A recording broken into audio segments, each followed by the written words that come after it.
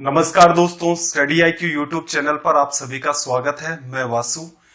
हमारी चल रही थी प्रॉफिट एंड लॉस की सीरीज। प्रॉफिट एंड लॉस के अंदर हमने 8 सेशन में लगभग 120 सवाल डिस्कस कर लिए थे। क्वेश्चन का लेवल भी आपको पता होगा, लास्ट के 4 सेशन के अंदर अच्छा खासा लेवल था, बहुत ही एक्सट्रीम लेवल के सवाल भी हमने डिस्कस कर लिए थे।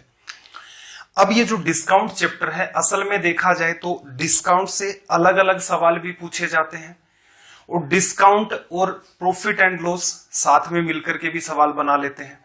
तो इसका मतलब आप चाहो तो इसे प्रॉफिट एंड लॉस का ही पार्ट मान सकते हो। रीजन क्या है, कुछ सवाल हमें प्योर डिस्काउंट के करने हैं, प्लस बहुत सारे सवाल ऐसे होंगे जो हम मिक्स के अंदर करेंगे, डिस्काउंट एंड प्रॉफिट लॉस। तो आप क्या कर सकते हो भाई, यहां पर सुंदर और सुशील शब्दों में अपने नोटबुक में हेडिंग लगा लो, डिस्काउंट। डिस्काउंट को हिंदी में कहा जाता है छूट। अब देखो, इस बात को हम लोग वहां से शुरू करेंगे जहां से किसी ने भी शुरू नहीं किया है। एक एक करके सारी बातों को समझेंगे और वहां तक आपको मैं लेकर के जाऊंगा जहां तक कोई भी नहीं गया है। हर चीज को डिटेल में समझना है, उद्देश्य अपना यही रहता है कि चीजें कैसे माइंड में सोल्व हो। तो इसका कुछ बेसिक जान लेते हैं 1-2 मिनट के अंदर। देखना जरा, डिस्काउंट की जरूरत क्यों पड़ी।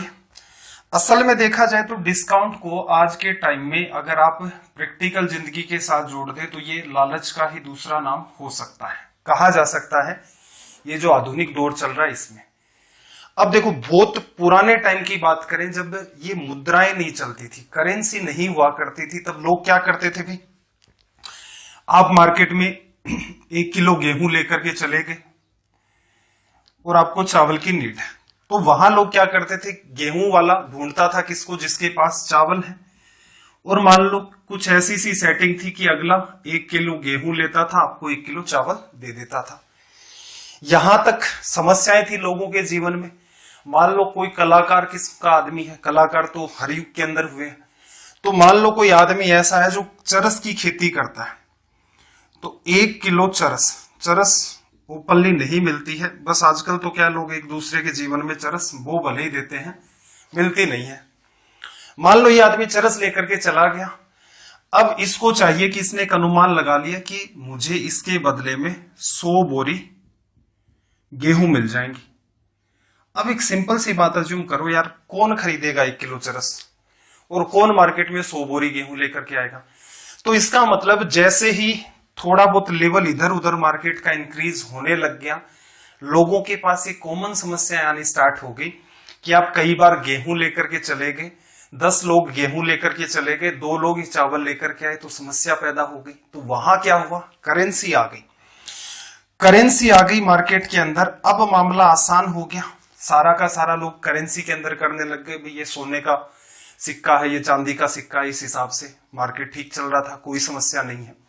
फिर ये जो इस टाइप के कलाकार थे जो पहले भी चरस बो रहे थे, तो इन्होंने दिमाग लगाया कि यार ऐसे थोड़ा ना काम चलेगा कि मैं 100 रुपए का सामान बनाता हूं और 100 रुपए में ही उसको बेच देता हूं, इससे मेरा क्या फायदा। ये तो तनाव बढ़ाने वाली सी बात होगी। तो लोगों ने क्या करना स्टार्ट कर दिया कि 100 रुपए का सामान जैसे कोई 120 में बेचेगा, 130 में बेचेगा, तो लोगों के पास क्या आने लग गई, इससे सेविंग। तो यहां से प्रॉफिट एंड लॉस स्टार्ट हो गया, यहां तक कोई समस्या नहीं थी। अब देखो आगे जो सीन चलता है, जब शुरुआत होती है आधुनिक काल की अपने की, जिसमें ये आवारा पूंजीवाद को जी रहे हैं हम लोग। आवारा पूंजीवाद का मतलब क्या होता है कि आपको डरा करके बेचा जाएगा। जैसे इंश्योरेंस का एड देखते हो ना, तो उसमें क्या कहता है कि भाई साहब आप मर गए तो आपके बच्चों का क्या होगा। तो क्या है, इंसान को डराया जाता है। आवारा पूंजीवाद में यही होता है, या तो उसको डरा दिया जाएगा या उसको लालच दिया जाएगा। तो ये जो लालच है ये कई टाइप का होता है। जैसे इसकी शुरुआत की गई तो एक आपका होता है सबसे पहले सिंगल डिस्काउंट। सबसे शुरुआत में यही चीज चली कि देखो भाई ये सामान है, मान लो बनाने वाले ने उसे 100 रुपए में बना लिया हो, लेकिन उसके ऊपर एक मार्क प्राइस वो लिखनी स्टार्ट कर देता है। उसने 150 रुपए लिख दिए, वो सामान 150 का बेच रहा है। अब कई बार क्या होता है कि सामान बिकता नहीं, तो उन्होंने क्या दिमाग लगाना स्टार्ट किया कि आप हमसे अगर ये सामान खरीदोगे तो हम आपको 10% का डिस्काउंट देंगे। तो डिस्काउंट का नाम सुनते ही क्या है, कस्टमर भागना स्टार्ट कर देता है। कि जैसे मान लो एडिडास के जूते सीधे लेने गए तो बात नहीं बन रही थी, महंगे लग रहे थे, वही चीज सेल में मिली कि 30% ऑफ मिल रहा है तो भाग कर ही वहां चले गए कि अच्छा सीजन चल रहा है। तो ये महाबचत ये जो होते हैं ये सारे के सारे सीन इसी के पार्ट के होते हैं कि कैसे ना कैसे करके ज्यादा से ज्यादा सेल को बढ़ाया जाए। तो ये तरीका सिंपल था, हर आदमी के समझ में भी आता था कि भाई 150 रुपए लिखे हुए 10% 15 की छूट देगा और आपको वस्तु 135 रुपए में मिल जाएगी। इसके बाद जो अगली स्टेज आती है वो खोज आपके डबल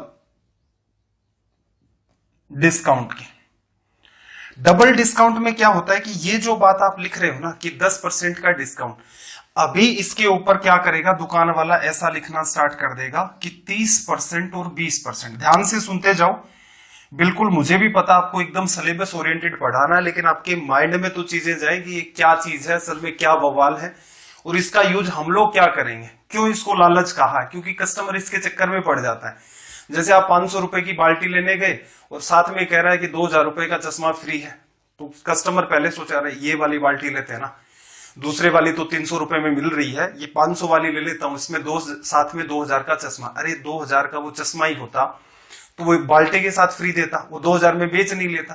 लेकिन ये क्या होते हैं, डिस्काउंट के ही एक तरीके होते हैं, अलग अलग रूप में उन्हीं को समझाने की कोशिश कर रहा हूं। तो असल में देखा जाए तो आज के दौर में आप इसे लालच कह सकते हो। ये वाली जो बात थी सिंगल डिस्काउंट की, ये सबको समझ आ रही थी, कोई समस्या नहीं थी। 10% का डिस्काउंट हर आदमी हिसाब करने लग गया। अब इन लोगों ने क्या किया कि डिस्काउंट का दूसरा तरीका ढूंढो। अब वो लोग क्या लिखने लगे, 30+20 का डिस्काउंट।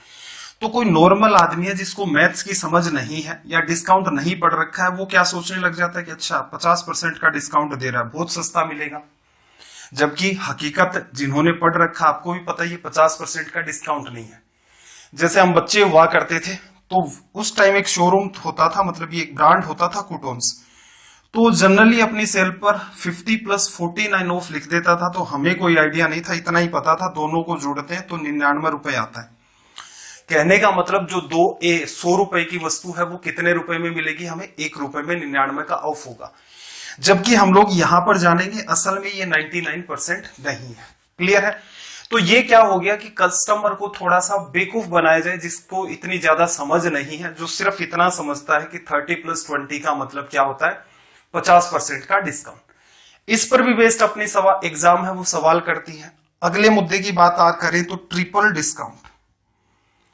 ट्रिपल डिस्काउंट तो इसमें वही बात, जैसे 2 दे रहा है वैसे ही क्या कर देगा, 50% + 30% + 20% का डिस्काउंट। देखने में बात कुछ ऐसी लग रही है जैसे मामला सारा का सारा फ्री में मिल जाए। चलो ये तो तरीका हो गया कि डिस्काउंट परसेंटेज में कैसे दिए जाते हैं। अब उस मुद्दे की बात कर देते हैं कि ये जो एक फ्री का झंझट और होता है कि ये खरीद लो ये फ्री दे देंगे। जैसे आप जनरली शोरूम पर जब भी ऑफर चलते रहते हैं, कोई भी फेस्टिव सीजन चलता रहता है, तब वहां पर वो क्या लिखते रहते हैं कि बाय 3 एंड गेट 5। कहने का मतलब 3 खरीद लो और 5 ले जाओ। और इसी की लैंग्वेज ये हो सकती है कि बाय 3 एंड गेट 2 फ्री। अब यहां पर कस्टमर फिर उलझन में आ जाता है। ये वाला तो ठीक था, थोड़ा बहुत पढ़ लिया तो भी आइडिया लग रहा है। तो ये डिफरेंट चीजें होती हैं जो हम लोग अपनी आम जिंदगी के अंदर देखते रहते हैं कि कौन सी चीज क्या है। इन सब चीजों को हमें डिटेल में डिस्कस करना है। तो आई होप ज्ञान की बातें आपको समझ आ गई होंगी, लालच भी समझ आ गया होगा कि कस्टमर देखो जिसने 100 रुपए में चीज बनाई है और जिसका उद्देश्य है कि इसे मैं 150 में बेचूंगा, अगर वो कलाकार है तो वो आपको 150 में बेच देगा। भले ही वो उस पर 500 रुपए लिखे, वो आपको कितने भी डिस्काउंट दे, आप उसके चक्कर में फंस जाते हैं। इसका मतलब यही एक लालच है जो आपको दिया जाता है डिस्काउंट के नाम पर। जैसे बहुत सारे कोड होते हैं कि इनको अप्लाई कर दोगे, बहुत सारी शॉपिंग साइट्स होती हैं कि ये कोड अप्लाई कर दोगे इतने % का डिस्काउंट मिल जाएगा। असल में वो कोड होते हैं वो ऐसे ही घूमते रहते हैं, वो आप नहीं भी लगाते हो तो भी उससे कोई फर्क नहीं पड़ता है, क्योंकि जब आप पे करना चाहते हो तो उस टाइम भी ऑप्शन आ जाते हैं। तो ये चीजें हैं आपकी। तो यहां पर देखना, सबसे पहले हम लोग 3 मेथड यहां पर डिस्कस करेंगे इनको सोल्व करने के। तीनों के तीनों ही मेथड इंपॉर्टेंट है, हर चीज को एकदम ध्यान से समझते जाना। नोट्स प्रॉपर मैनर में बनाते जाना, क्योंकि जितने भी हमने सेशन आज तक पढ़े हैं तो आपको आइडिया लग गया होगा कि मेरा प्राइम फोकस जो रहता है कि कैसे इजी टू मॉडरेट सवाल होते हैं उनको माइंड में किया जाए, कैसे जो टिपिकल सवाल है उसका कुछ पार्ट आप माइंड में करोगे और कुछ फिर आप उसको लिख करके करोगे। तो यहां से देखना जरा 3 मेथड कौन से हैं, बात को समझना। जैसे मान लो कोई 100 रुपए की वस्तु है 100 रुपए की वस्तु ना लिख करके 100 रुपए आप लिख दो इसकी मार्क प्राइस, इसका अंकित मूल्य पर डिस्काउंट दिया जाता है। मान लो आपको इस पर डिस्काउंट देने हैं, एक 30% का डिस्काउंट देना चाहते हो और आप एक डिस्काउंट 20% का देना चाहते हो और आपसे पूछ ले कि टोटल डिस्काउंट कितने का होगा। तो एक तरीका तो ये है कि आप 100 का यूज करके इन क्वेश्चंस के साथ डील कर सकते हैं। पहला मेथड तो अपना ये वाला हो जाएगा। कैसे भाई, 100 रुपए की वस्तु पर आपने क्या किया, 30% का डिस्काउंट दिया, 30 रुपए हो गया तो कितने में बेचोगे भाई, 70 रुपए में। फिर कितने का डिस्काउंट देना है, 20 रुपए का देना है, सॉरी 20% का, 70 का 20% कितना हो गया आपका 14, तो ये कितना आ गया भाई 56। असल में देखा जाए तो कितना डिस्काउंट दिया, 100 रुपए पर आपने 44 का डिस्काउंट दे दिया, तो ये क्या है आपका 44%। जो तीनों मेथड मैं आपको बता रहा हूं वो कॉमन तो है, बस आपको यहां पर ये बात सीखनी है कि कौन सी जगह कौन सा मेथड अप्लाई करते हैं तो आपका टाइम सेव हो जाता है। दूसरी बात और समझना, यहां पर एक कॉमन सा कंफ्यूजन बच्चे के सामने ही रहता है, 30 और 20 ये लैंग्वेज दे रखी है, आप पहले 20 का डिस्काउंट दे दो फिर 30 का दे दो तो भी कोई फर्क नहीं पड़ेगा। देखना जरा, आपने पहले 20% का डिस्काउंट दिया, 100 का 20% 20 होता है, तो कितने में बेचोगे भाई 80 में। फिर आप क्या करते हो, 30 का डिस्काउंट दे देते हो, तो 80 का 30% 24 80 में से लेस करोगे तो अगेन कितना आ गया 56। तो यहां पर एक बात और सीखी आपने, ये जो डिस्काउंट दिए जाते हैं चाहे 2 हो चाहे वो 3 हो चाहे वो 10 डिस्काउंट दे, सीक्वेंस मैटर नहीं करता। हाँ, कुछ सवाल ऐसे होते हैं जहां पर वो कहता कि पहले वाला इतना है दूसरे वाला कितना होगा, अब ये रेट हो गए, ठीक है। हालांकि उस चीज से भी कोई फर्क नहीं पड़ेगा क्योंकि आपने अभी भी निकाल करके देखा सीक्वेंस डजंट मैटर। चलो भाई, एक मेथड तो ये हो गया। दूसरा हमारा होता है फॉर्मूला। बहुत सारे बच्चों ने पढ़ रखा होगा फॉर्मूला। फाइनल जो डिस्काउंट है वो क्या लिखते हो, x plus y minus x into y divide by 100। तो ये असल में हम लोग परसेंटेज में भी काम में लेते हैं, सक्सेसिव इंक्रीज डिक्रीज जहां करना होता है वहां भी काम आता है। थोड़ा सा कॉमन सेंस लगाओ तो यही पैटर्न पॉजिटिव डायरेक्शन में होकर के कंपाउंड इंटरेस्ट जो होता है उसमें भी यूज आता है। तो यहां से अगर आपसे पूछता कितने का डिस्काउंट, तो आप सीधे सीधे कह सकते थे कि 30 प्लस 20, 30 गुणा 20 600 और डिवीजन में आपके पास आ गया 100। ये इससे कैंसिल आउट, 50 में से 6 लेस कर दोगे तो कितने का डिस्काउंट आया भाई 44% का। लिखा जा सकता है, वैल्यू अज्यूम करके भी कर सकते हो, फॉर्मूले से भी कर सकते हो। पहले सारी की सारी बातें समझ लो, सवाल करेंगे तो मैं हर चीज पर डिस्कशन करूंगा कि यहां ये मेथड क्यों टिपिकल है, ये वाला मेथड क्यों आसान है। तीसरा जो अपना पैटर्न होता है वो होता है रेशियो मेथड। रेशियो मेथड में क्या होता है, जैसे भी आप डील करते हो mark price versus selling price की, तो जैसे यहां पर क्या किया इसने 30% का डिस्काउंट दिया। 30% क्या होता भाई 3/10, कि 10 रुपए की वस्तु कितने में बिकेगी, 3 रुपए लेस होकर के 7 में, तो 10 की वस्तु कितने में गई 7 में। कौन सा, सिर्फ पहला केस। 20% का मतलब 1/5, 5 वस्तु की अगर कीमत है उस पर लिखी गई, 1 का डिस्काउंट मिलेगा। तो अगर मैं सिर्फ सेकंड केस की बात करूं तो 5 रुपए की वस्तु कितने में गई भाई 4 रुपए में चली गई। दोनों डिस्काउंट अगर आप एक साथ कैलकुलेट करना चाहते हैं तो गुणा कर दो, तो 50 रुपए की वस्तु असल में कितने में गई भाई 28 में। जब भी कभी आप यहां 100 बना सकते हो, डबल किया है तो इजी रहेगा क्योंकि इसी पर हमें परसेंटेज कैलकुलेट करना है। तो असल में देखा जाए तो डिस्काउंट कितने का आया 44% का।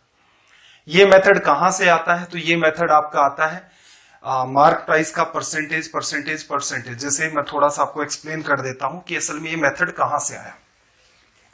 इजी सी बात है। देखो इस मेथड की बात करें तो पहले क्या करेगा, कुछ मार्क प्राइस लिखी हुई है, लिखिए, उसका 30% छूट दे देगा, तो मार्क प्राइस के कितने में जाएगी भाई, 70% में।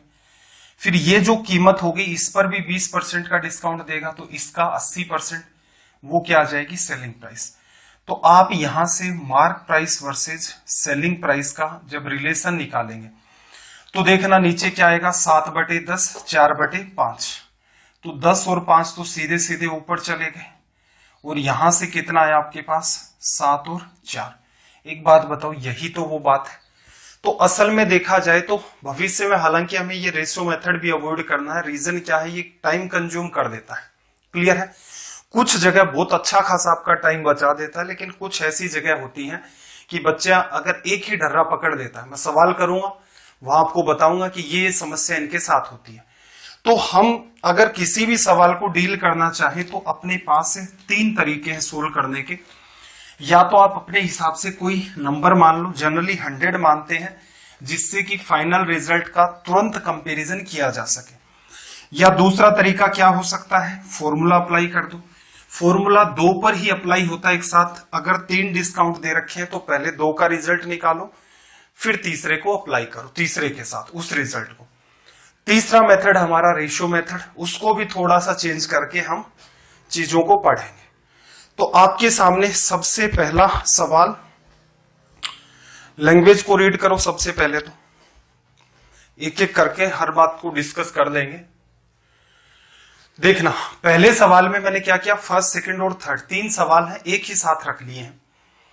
देखना क्या कहा इसने फर्स्ट वाले में कि 10% और 20% के क्रमिक बट्टों के समतुल्य अकेला बट्टा कौन सा होगा।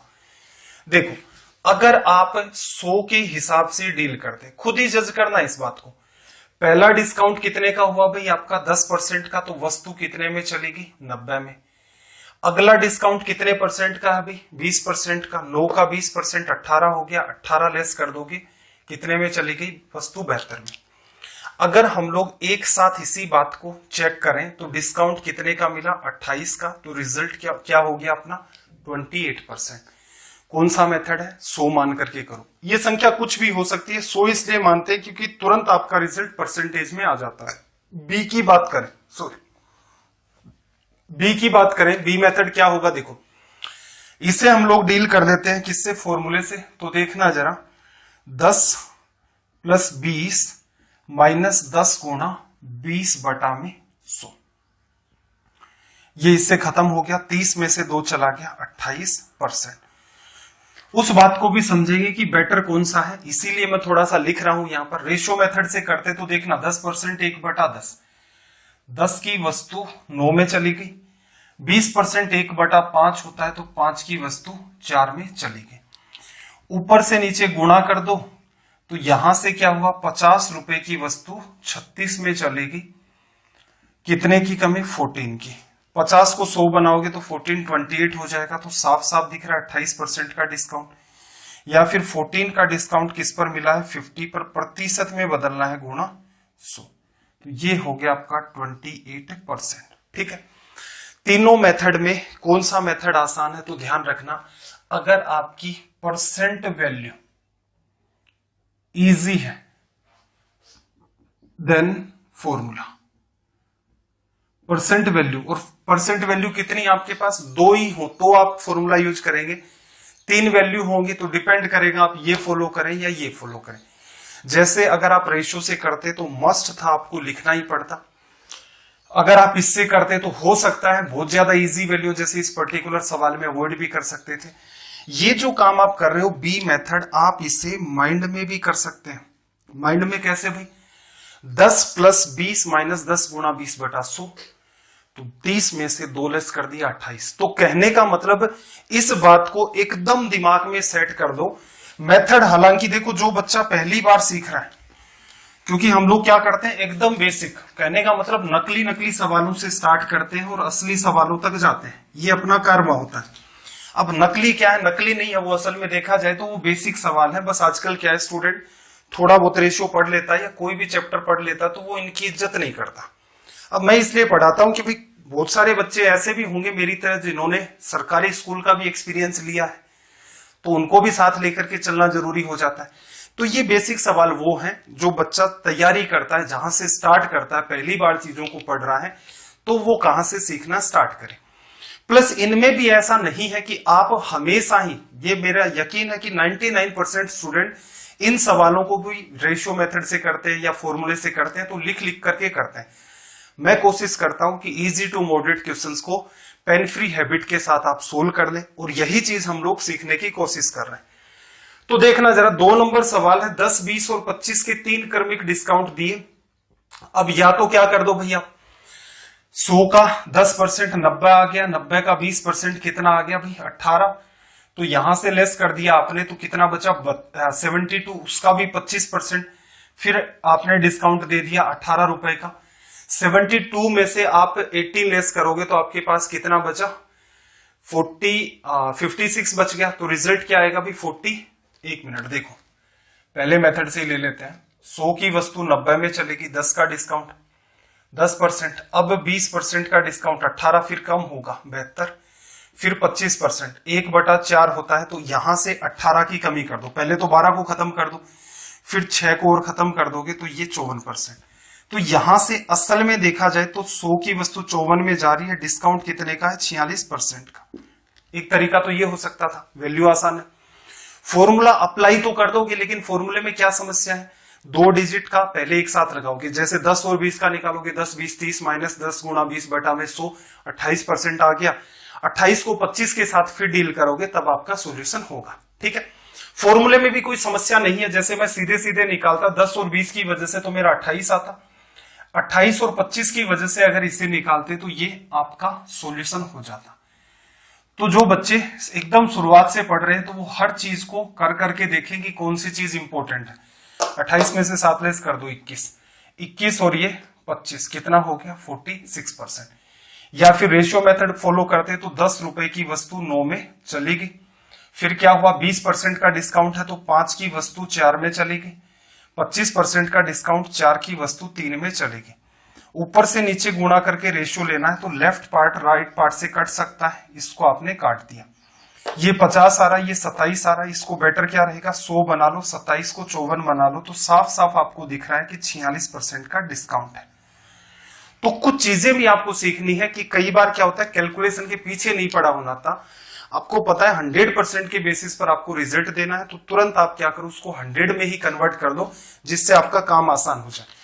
चलिए इसी में तीसरा सवाल और बच गया अपना, ये तो बता दो सारे के सारे सोल्व करके। क्वेश्चंस के लेवल का तनाव नहीं लेना है, क्योंकि बहुत सारे बच्चों की क्या एक तो आदत सी खराब हो रखी है कि वो देखते हैं जैसे स्ट्रीम पर क्या चल रहा है, अच्छा डिस्काउंट चल रहा है, कि कैसे सवाल करवा रहा है टीचर, अच्छा ये वाले सवाल करवा रहा है, ये तो मेरे को आते ही है। तो एक बात बताओ, फिर वो डिमांड क्या करेगा, सर अच्छे लेवल के सवाल कराओ। अरे मूर्ख आदमी, अगर तुझे डिस्काउंट आता ही है तो तुझे लेवल की क्या नीड है, तुम्हें देखना ही नहीं चाहिए स्ट्रीम पर क्या चल रहा है क्या नहीं चल रहा। और अगर देखने की नौबत आ रही है तो एक बात बताओ, 2 घंटे का जो मैं बेसिक पढ़ा रहा हूं उसको अवॉइड क्यों कर रहे हो, वो भी पढ़ के देख लो, क्या पता भला हो जाए। जैसे पहले वाले सेशन में क्या था, मिक्सर वाला जो पार्ट था, लोग रेशियो रेशियो रेशियो कर करके बच्चों का दिमाग खराब कर रखा था। FOF मेथड से ऑलमोस्ट क्वेश्चंस को हमने डील कर दिया। 8 सेशन में लगभग 105 सवाल मैंने आपको डील करवाए थे। इतने सारे सवाल थे जो FOF मेथड से तुरंत सोल्व हो जाते थे। तो रीजन क्या है कि बच्चे के पास टाइम ही नहीं है आजकल, वो टीचर से भी ज्यादा बिजी हो रखा है। पूरे दिन देखता रहेगा इसका डिस्काउंट ये वाला, इसका प्रॉफिट लॉस ये वाले का परसेंटेज ये वाला, तो टाइम आपको निकालना पड़ेगा। कोई भी टीचर होता है उसका पढ़ाने का एक तरीका होता है, उसे हर बच्चे को साथ में लेकर के चलना पड़ता है। इसी वजह से क्या होगा, स्टार्टिंग के जो भी सेशन है किसी भी टीचर के देख लो, अगर वो भला टीचर है तो मेरे ख्याल से वो बेसिक से ही शुरुआत करता है। चलिए 3 नंबर पर देखो, डिस्काउंट कितने के हैं, 10%, 20%, 40%, तो मेरे ख्याल से निपटा दोगे इस सवाल को भी। 10 और 20 की वजह से कितना आ जाएगा, 20 30 माइनस 2 28, और 28 के साथ आप 40% का डिस्काउंट और दे दो, तो 28 गुणा 40 बटा में 100। तो कुछ पार्ट अगर आप माइंड में कर देते हैं तो ये काम आपका आसान हो जाता है। 20 40 बार 5 बार, क्लियर है। तो यहां से देखो 40 20 60 और 68 माइनस ऊपर नीचे 2 का गुणा कर दो 10 बन जाएगा। 4 गुणा 8 32, 4 गुणा 2 8 3 11, एक पॉइंट लग गया। 11.2 लेस कर दो। ये जो पार्ट कर रहा हूं मैं ये आपको अलग से कैलकुलेशन में भी पढ़ाऊंगा। 11 लेस करोगे तो कितना बचेगा, 57 में से 2 और चला गया 56.8%। तो काफी पार्ट तो आप क्या करो इन सवालों का माइंड में कर लो, और बचा हुआ पार्ट है आप लिख करके कर सकते हो। तो जो ट्रिपल डिस्काउंट है, और ये सारे के सारे सवाल ऐसे हैं जो एग्जाम में पूछे गए हैं। सवाल नंबर 4 पर आ जाओगे। Question number 4। सबसे पहला काम लैंग्वेज को ध्यान से पढ़ो। क्या कहा भाई, किसी वस्तु का मूल्य 30% बढ़ा दिया जाता है, फिर 10% और 10% के 2 क्रमिक डिस्काउंट दिए जाते हैं। अंतिम रूप से वस्तु का मूल्य क्या होगा, ये बात आपसे पूछी गई है। तो एक सिंपल सी बात है, यहां पर देखना जरा। कोई भी वस्तु है, मान लो उसकी जो रेट है, कॉस्ट प्राइस है, वो कितनी है, 100 रुपए। कॉमन सेंस में लेकर के चलते हैं बात को। रेट को कितना बढ़ा दिया गया है, 30%। तो मेरे ख्याल से 100 का 30% हर बच्चे को ही पता है, रेट कितनी लिख देगा, 130। अब क्या कह रहा है, 10% के 2 डिस्काउंट दे दिए। इसका 10% आप लेस करोगे तो 130 का 10% 13 होता है, तो कितना बचा भाई, 117। अगेन इसका 10% आप लेस करोगे तो आपके पास अगेन क्या बचेगा, 11.7 आपको लेस करना है। तो 117 में से 11 चला गया, 106 बचा। 0.7 और लेस करोगे तो कितना हो जाएगा, 105.3। तो यहां से आप क्या लिख सकते हो भाई, अब जो कीमत अंतिम रूप से वस्तु का मूल्य कितना हुआ या कितना चेंज हुआ। तो यहां से देखना 100 रुपए की वस्तु की रेट कितनी मेंटेन है भाई, 105.3। कितनी बढ़त है इसके पास, 5.3% के। अब इन सवालों को देखो इजी है, तो इसका मतलब ये नहीं है कि पेन और कॉपी ली और वहां से चित्रकारी शुरू कर दी कि कौन कितने बेहतर से डायग्राम बनाता है, नहीं। 100 रुपए की वस्तु 130 में चली गई, समझ में आ रहा है। 10% का डिस्काउंट, 13 लेस कर दोगे 117। अब हो सकता है यहां आपको कैलकुलेट करने पड़े, बाकी ये भी चीज आसान है कि 117 में से 10% और लेस करोगे तो कितना लेस करोगे, पॉइंट लगा दो, 11.7। तो कितना बचा भाई, 0.3501। तो ये 105.3। तो इसका मतलब 5.3% का इंक्रीज आ गया। सवाल इतना सही था आपका। अनवांटेड चित्रकारी कलाकारी नहीं दिखानी है। रीजन क्या है, आप जब भी कभी इन सवालों को इस अप्रोच से सोल्व करते हो, रीजन क्या है, टीचर उसी तरीके से आपको समझाएगा जिससे आपको समझ में आ जाए। आपको वो अप्रोच भी डेवलप करनी है कि आपसे सवाल सोल्व भी हो रहा है। अब इसी तरीके से डिस्काउंट देते जाओ, यही सवाल आपका 1 मिनट में सोल्व होगा। और यहीं पर आप इसी पैटर्न को थोड़ा सा दिमाग में यूज करो, यही सवाल आपका 10 सेकंड में सोल्व हो जाता है। तो ये छोटे छोटे सुधार हैं जो आपको करने पड़ेंगे, यही आपका सिलेक्शन करवाते हैं। बाकी कौन सा सवाल कौन कितने तरीके से, वो जो बहुत सारे बच्चे जैसे जनरली आते हैं कमेंट करके चले जाते हैं कि बहुत इजी लेवल का था। रीजन ये है कि सवाल उनको देख करके पता चल जाता है कि सोल्व किया जा सकता है, लेकिन माइंड में कैसे सोल्व करना ये इंपॉर्टेंट बात हो जाती है। देखना जरा, इसने क्या कहा भाई, एक घड़ी का जो अंकित मूल्य है, मार्क प्राइस जो इसकी है वो कितनी है, 800 रुपए। एक ग्राहक उसे अंकित मूल्य पर 2 क्रमवार 2 सक्सेसिव डिस्काउंट देता है, जिनमें से पहला 10% का है। ग्राहक ने घड़ी के 612 रुपए का भुगतान किया, तो दूसरा बट्टा कितने प्रतिशत का। अब देखो, एक तो कॉमन सेंस लगा करके आप इस सवाल को ऐसे भी डील कर सकते थे कि भाई 800 रुपए की घड़ी है, 10% का डिस्काउंट दिया, बहुत आसान वैल्यू है, तो 80 लेस कर दोगे। इसका मतलब एक डिस्काउंट के बाद कीमत कितनी बची, 720। कस्टमर कितने पे कर रहा है भाई, इसके 612। तो इसका मतलब अगर आप दूसरे डिस्काउंट का हिसाब लगाओगे तो दूसरा डिस्काउंट जो आपका वो कितने रुपए का भाई, 108 रुपए का। 108 रुपए का डिस्काउंट किस पर है, 720 रुपए पर। किसी भी फ्रैक्शन को परसेंटेज में बदलना है, मल्टीप्लाई कर दो 100 से। इसको कर लेते हैं भाई 16। 18 गुना 4 72, 18 6 108। 60 में 4 का डिवीजन करोगे, रिजल्ट कितना देगा, ये 15% लिखा जा सकता है। या फिर देखो, एक सिंपल सी बात और समझना यहां पर कि 800 रुपए तो उसने अंकित कर लिए थे, पहला डिस्काउंट उसका 10% का था, और यहां पर आपसे पूछ रहा है ग्राहक ने घड़ी के लिए 612 का भुगतान किया तो दूसरा डिस्काउंट। देखो 800 का काम ये का यही हमें यहां फिर करना पड़ेगा। 800 का 90% निकाल दोगे तो ये कीमत क्या है भाई आपकी सेकंड डिस्काउंट के बराबर कीमत है। और 90% सेकंड डिस्काउंट देने के बाद कीमत है। 90% को आप क्या लिख सकते हो 9/10। कोई समस्या? कोई समस्या नहीं है। 800 रुपए लिखे थे, 10% का डिस्काउंट दे दिया। अब जो कीमत बची है वो कितनी है 800 का 9/10। यहां से हमने सोल्व भी किया था 720 आया था। अब सिंपल सी बात बताना, ये किसको बताता है? ये नीचे का 10 पुराने सेशन में चले जाओ, प्रॉफिट एंड लॉस में समझाया था कि इस बात को ये रेशियो में बताता है। और ये इसको क्या बता रहा है कि आफ्टर डिस्काउंट, कि डिस्काउंट देने के बाद कितनी कीमत बच जाएगी।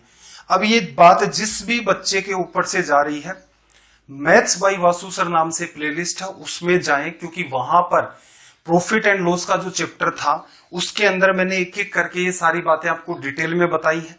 मिक्सचर में भी एक जगह हम लोगों ने इसी बात को डिस्कस किया था कि ये लिखने का तरीका आपको सीखना क्यों जरूरी है। अगली जो बात है डिस्काउंट होगा और कुछ बेचा जाएगा, तो मैं इसको A/B लिख देता हूं। जैसे ही 9/10 होता है ना, वैसे ही अगला डिस्काउंट देकर के A/B का पैटर्न बनेगा। अब आपको पता है ये कौन सी कीमत है डिस्काउंट के बाद, और ये वाली जो कीमत है ये किसको बताता है MRP को। यही पैटर्न चलता है। अब कीमत कितनी रह गई भाई? अब कीमत रह गई 612। सोल्व करना जरा। 9 से काटा 6 बार 54, 9 8 72 लिखा जा सकता है। 1 0 से 1 0 कट गया, 4 से कटेगा तो A/B का पैटर्न 4 से काटोगे 17/20 लिखा जा सकता है। B किसको बताता है भाई? नीचे वाला पार्ट मार्क प्राइस, जैसे 10 बता रहा था वैसे ये भी मार्क प्राइस को। ऊपर वाला पार्ट क्या था? डिस्काउंट देने के बाद 10% डिस्काउंट, तो 10 की चीज 9 में जाएगी, तो डिस्काउंट देने के बाद रेट। तो असल में देखा जाए तो यहां पर हुआ क्या 3 का डिस्काउंट। 3 का डिस्काउंट किस पर? 20 पर। प्रतिशत में बदलना है गुणा 100। कितना रिजल्ट आ गया भाई? 15%। अब ये आप पर डिपेंड करता है कि आप किस सवाल को किस पैटर्न में डील करते हैं। क्लियर है? सीधा सीधा तरीका। ऊपर वाला भी इसका सीधा ही तरीका था, कोई समस्या नहीं थी। और इस सवाल की भी अगर आप शुरुआत करना चाहते तो एग्जाम में ऐसे कर सकते थे। देखना जरा, एग्जाम में इस सवाल में क्या कर सकते थे? पहला डिस्काउंट तो दे दिया, रेट कितनी बची 720। अब ये X/Y का पैटर्न शो करता है डिस्काउंट देने के बाद कीमत जो कितनी है आपकी 612। अब यहां से जो जिससे कट रहा है 9 से कट रहा है, 9 8 72 80 आ गया। 9 से काटा 6 बार, 9 8 72। और ये वाली जो कीमत आप काटोगे 4 से तो ये कितनी आ गई 17/20। ये कीमत मार्क प्राइस है, ये डिस्काउंट देने के बाद है। 3 का डिस्काउंट 20 पर, 1/20 क्या होता 5%, रिजल्ट 15%। तो ये भी आपकी एक अप्रोच हो सकती है कि इन सवालों के साथ आप कैसे डील करोगे। हर चीज आपको सीखनी है। देखो अब वो दौर चला ही गया कि मान लो आप कोई सा पार्ट है वो स्किप कर दो। रीजन क्या है? कुछ भी नया सीखना है और सबसे ज्यादा जोर आपको ये चीज सीखने में आएगी कि कहां पर कौन सा पैटर्न अप्लाई किया जाए। तो अप्लाई करना तभी सीखोगे जब आपको पता तो होगा कि ये पैटर्न होते हैं इन क्वेश्चंस के साथ डील करने के। एक बार चीजें बस आपके कॉमन सेंस में उतर जाए, उसके बाद सारा मामला आसान है। देखना, एक मर्चेंट या डीलर है, वस्तुओं का क्रय मूल्य जो भी रेट है अंकित कर रहा है, मार्क करता है। क्रय मूल्य से 40% बढ़ाकर 20% की छूट देता है। व्यापारी को क्या लाभ या हानि होगी? नकली सा सवाल है। 100 रुपए, 40% बढ़ा दो, 140 लिख दिया। छूट कितने की? 20 की। 140 का 20%, 14 गुणा 2 28, 20% गायब कर देगा। 28 की छूट कर दी। क्या करो 140 में से 28 को लेस कर दो। जैसे 30 लेस करते 110 आता, 2 ज्यादा कर दिया तो 112। तो असल में देखा जाए तो ये सवाल आप माइंड में कर सकते थे और इसका रिजल्ट क्या आ जाता 12%। चलो, जो मैंने कहा है वो शब्दों की फॉर्म में अगर लिखोगे, ये उसकी कीमत है 100 रुपए। 40% का उसने इंक्रीज कर दिया तो 100 का 40 हो गए। इस पर उसने डिस्काउंट दे दिया 20% का। दोनों को गुणा कर दोगे भाई, परसेंटेज 2 जीरो को गायब कर देगा। तो इसमें से आपको क्या लेस करना है 28। कितना बचेगा आपके पास 112। 100 रुपए की चीज 112 में, तो इसका मतलब 12% का लाभ। 100 मानने का फायदा यह है कि सवाल आपका तुरंत का तुरंत ही सोल्व हो जाता है, आपको अलग से दिमाग नहीं लगाना होता। बाकी ऐसे सवालों को कोशिश करो कि ये माइंड में हो जाए। रेलवे जैसी एग्जाम होती है, इनके अंदर आज भी इस टाइप के सवाल आते हैं।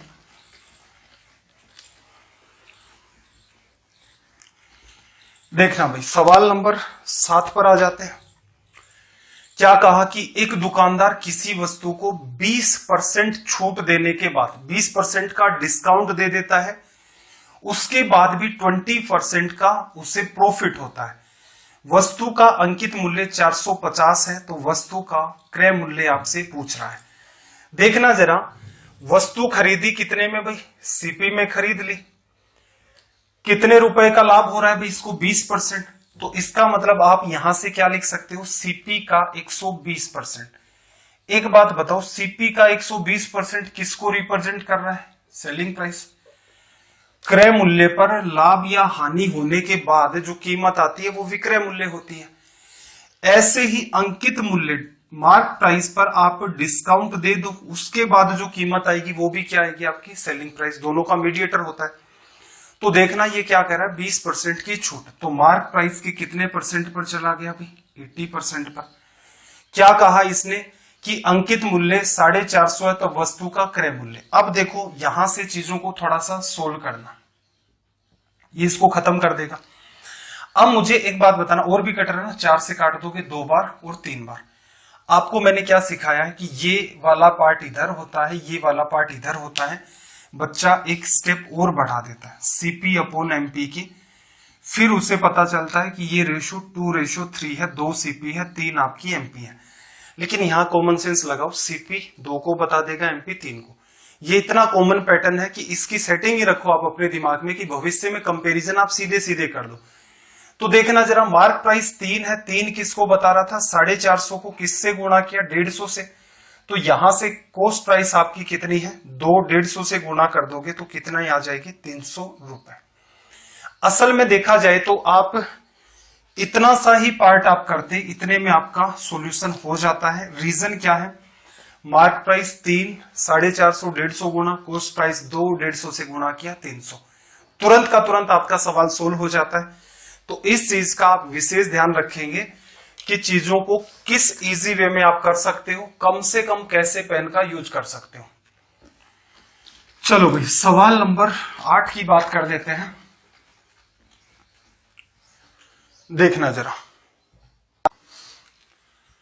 इस सवाल में देखो इसने क्या कहा कि कोई व्यापारी अपने माल का मूल्य क्रय मूल्य से 25% अधिक अंकित करता है, खरीदारों को 12.5% का बट्टा देता है, तो उसका लाभ क्या है। तो देखो, सोल्व करने का एक तो तरीका सीधा सा ये था कि 100 रुपए की वस्तु है तो उस पर कितने रुपए लिख देगा, 25% बढ़ा करके 125 रुपए लिख देगा, 12.5% का इस पर दे देगा कितना, डिस्काउंट।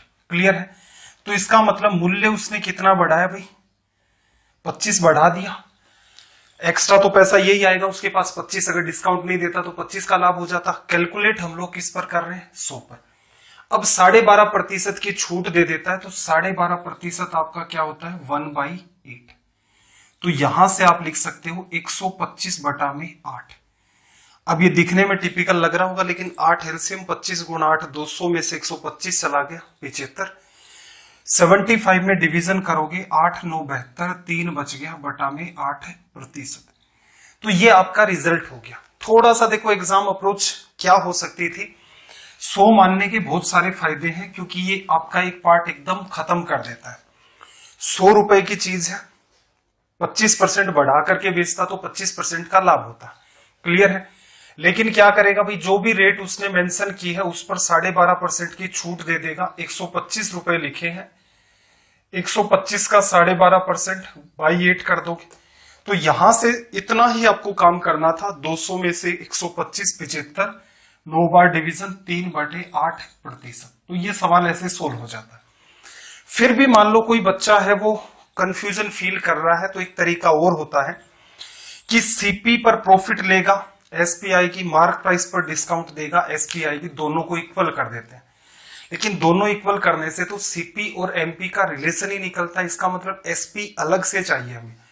तो ऐसे सवालों में आप क्या कर सकते हो, जैसे CP versus SP versus MP, इनका रिलेशन ले सकते हो। ये लाइन वैसे लिखने की नीड नहीं है क्योंकि पहले क्रय मूल्य, विक्रय मूल्य, अंकित मूल्य।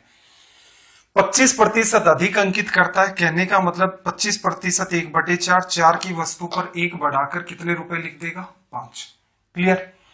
12.5% की छूट देगा, 12.5% 1/8, अगर वस्तु पर 8 रुपए लिखे हैं तो कितने में बेचेगा? 7 में। ये चीज दो अलग अलग केस हैं अपने पास और दोनों एक ही वस्तु की बात कर रहे हैं हम लोग, तो दोनों ही केसेस में ये वाली बात आपकी इक्वल होनी चाहिए थी और आपका उद्देश्य है सीपी और एसपी निकल जाए। तो ऊपर वाली बात है इसको 8 से गुणा कर दो और इसको कर दो 5 से, तो दोनों ही केस में देखो 8 और 5 का एलसीएम 40 है, वो बन जाएगा। तो यहां से क्या निकला कि 32 रुपए की वस्तु एक्चुअल में इसकी कितने में बिक रही है? 7 गुणा 5 35 में। लाभ कितने का भाई? 3 का। 3 का लाभ किस पर हुआ? 32 पर। प्रतिशत में बदलना है, गुणा 100। 4 से काटोगे 8, 25 75 में 4 का डिवीजन करोगे 9 3/8%। अब थोड़ा सा आप दिमाग पर स्ट्रेस दें कि रेशो मेथड देखो, एक वैल्यू टिपिकल थी, दोनों ही टिपिकल होंगी तो बिल्कुल हमें रेशो मेथड फॉलो करना ही है। लेकिन यहां पर क्या हुआ, एक ही वैल्यू टिपिकल थी तो भी आप थोड़ा कॉमन सेंस लगाते तो ये सवाल आपके लिए बड़ा ही आसान हो जाता। चलिए भाई सवाल नंबर 9 की बात कर लेते हैं। लैंग्वेज को रीड करो सबसे पहले तो।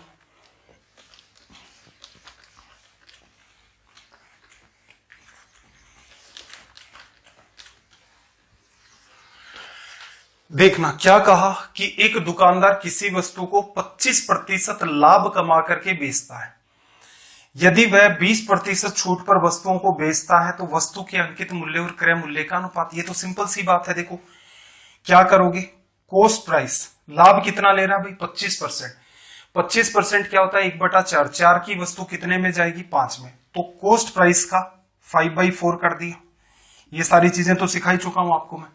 बीच में जो बात निकल के आती है ऐसे केसेस में क्या होती है? Selling price. अब मार्क प्राइस पर डिस्काउंट दोगे तब भी आपके पास क्या निकल के आएगी? Selling price. कितने की छूट? 20% की। 20% 1/5 होता है, 5 की वस्तु पर 1 की छूट, तो मार्क प्राइस का 4/5 या 80% लिखा जा सकता है। अब देखना इसने क्या पूछा, सीपी वर्सेस। तो देखो सीपी, ये 4 इधर आ जाएगा तो सीपी के अपोन में वैल्यू सीपी की कितनी? 16। ये 5 इधर चला जाएगा, एमपी के नीचे कितना आ गया? 25। तो ये अपना रिजल्ट आ गया। सिर्फ आपको इतना सा ही लिखना था, यहां से आपका आसानी से काम चल जाएगा कि cost price versus selling mark price का जो रिलेशन होगा रेशियो में वो होगा 16:25। 10 नंबर पर आ जाते हैं।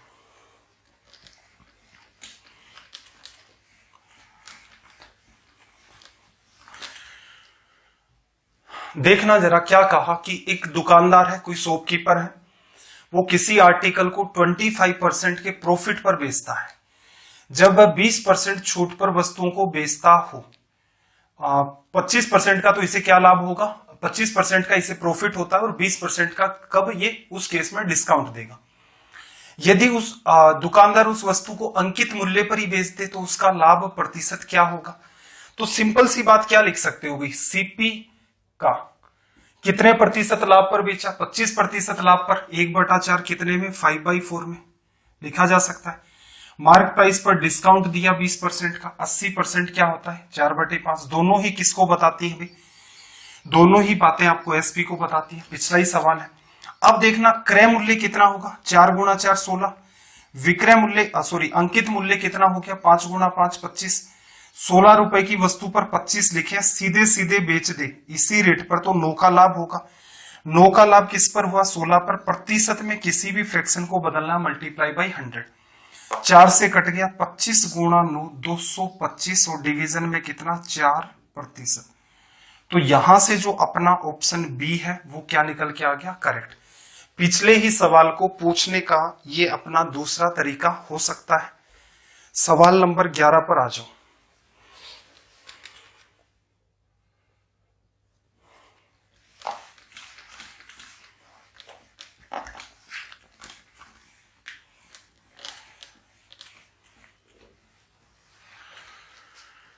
देखो 11 नंबर में क्या कहा कि कोई व्यापारी अपने माल के लागत मूल्य से कितने प्रतिशत अधिक अंकित मूल्य रखे ताकि अंकित मूल्य पर 12% का बट्टा देने के बाद भी उसे 32% का लाभ हो। तो देखना जरा, सिंपल सी बात है, दोनों को रिलेट कर सकते हो, सीपी और एमपी को। किससे? एसपी को।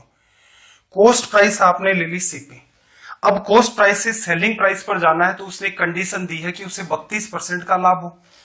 तो 100% ये खुद है, इसका आप अगर 132% निकाल देते हैं तो आपके पास जो बात निकल के आएगी वो क्या होगी? Selling price. इजी सी बात है, क्योंकि सीपी और एमपी के बीच में जो पार्ट है वो सेलिंग प्राइस है, विक्रय मूल्य है, उसको आप दोनों से ही रिलेट करवा सकते हो। तो हम क्रय मूल्य से विक्रय मूल्य में चले गए। अंकित मूल्य आपने लिख दिया एमपी, और अब क्या कह रहा है कि 12% का डिस्काउंट, तो एमपी का 88% निकालना आपको, ये हो गया। चलो भाई इसको इससे काट दो, 44 का पहाड़ा आता होगा, 44 गुणा 2 88, 44 गुणा 3 132। अब क्या कह रहा है कि उसे मूल्य कितना बढ़ा करके अंकित करना चाहिए। तो देखना जरा, क्रय मूल्य कितना? 2 रुपए, तो उस पर अंकित मूल्य कितना? 3। कितना बढ़ाया भाई? 1 बढ़ा दिया, किस पर? 2 पर। 1/2 आप क्या लिखते हो? 50%। तो ये सवाल भी क्या हो गया? सीधे सीधे। यहां किसी भी रेशियो वाले पैटर्न में नहीं पढ़ना है, टाइम कंज्यूम हो रहा है। सेपरेट सेपरेट करके मैंने आपको हर एक बात बता दी है कि कहां पर कौन सा पैटर्न तो अपना इजी रहता है, आपको कहां पर कौन सा पैटर्न फॉलो करना है, बस यही बात जज करनी है। और ज्यादा से ज्यादा जो पहले 2 सेशन होते हैं अपने किसी भी चैप्टर के, वहां हम लोग कोशिश करते हैं क्वेश्चंस को माइंड में करें। देखना जरा, इसने क्या कहा कि एक व्यापारी किसी वस्तु का मूल्य उसके उत्पादन लागत पर 40% की वृद्धि पर तय करता है। कहने का मतलब अगर उस आदमी की कॉस्ट 100 रुपए है तो वो उस वस्तु का मूल्य तय करेगा। तय कितना कर देगा? 40 बढ़ाकर, कहने का मतलब 140 रुपए उसका तय कर देगा, ये उस पर लिख देगा। फिर क्या कह रहा है? 20% की छूट पर बेचे। तो एक बात बताओ, 120%, 140 का 20% 28, बेचेगा कितने में भी? बेचेगा 112 में। तो यहां से देखना, 100 रुपए की वस्तु कितने में बिक गई? 112 में। कितने का लाभ हुआ? 12 का। लेकिन इसने आगे एक बात और कही कि उसे 48% का लाभ होता है। असल में देखा जाए तो ये 12 ना होकर के रुपए में चेक करें तो 48 है। किससे गुणा किया? 4 से। पूछ क्या रहा है भाई? प्रोडक्शन की जो कॉस्ट है, तो इसको भी आप 4 से गुणा कर दोगे तो यहां से ये रिजल्ट कितना बन गया आपका? 400 रुपए। ये सवाल आप माइंड में कर सकते थे। कैसे? 100 रुपए लगे, 140 लिख दिए, 20% का डिस्काउंट, 28 कीमत गिराई, 112। 100 रुपए की चीज 112 में बिकेगी, 12 का लाभ। 12 किसको बताता है? 48 को। 4 गुना, 100 रुपए कॉस्ट थी, 4 गुना कर दोगे तो यहां से आपका रिजल्ट बन जाएगा 400। चलिए भी सवाल नंबर 13 पर आ जाते हैं। Question number 13।